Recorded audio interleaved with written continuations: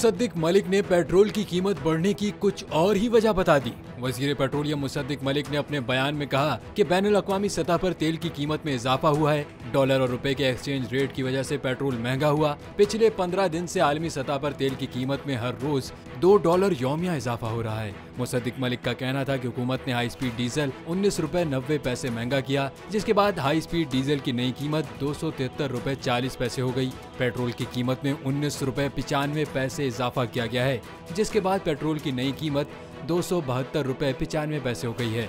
दूसरी जानिब वजीर खजाना इसहाक डार का कहना था कि हम IMF के प्रोग्राम में हैं और सबको पता है कि स्टैंड बाय मुआहदा हुआ है।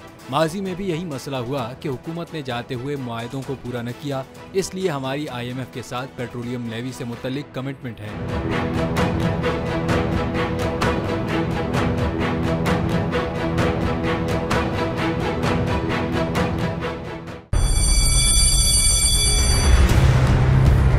जामियात में चलता गोरख धंधा, नौजवानों के मुस्तकबिल से खेलने वाली काली भेड़ों के आगे हुकूमत और इंतजामिया मुकम्मल बेबस। मुस्तकबिल के मेहमानों के तहफ्फुज के लिए बोल ने उठाई आवाज, सहाफती फराइज को निभाते हुए पहुंचाई हर खबर अवाम तक। बड़े स्कैंडल से जुड़े तमाम हकाइक रखे अवाम के सामने, क्योंकि बोल है पाकिस्तान का नंबर 1 न्यूज चैनल।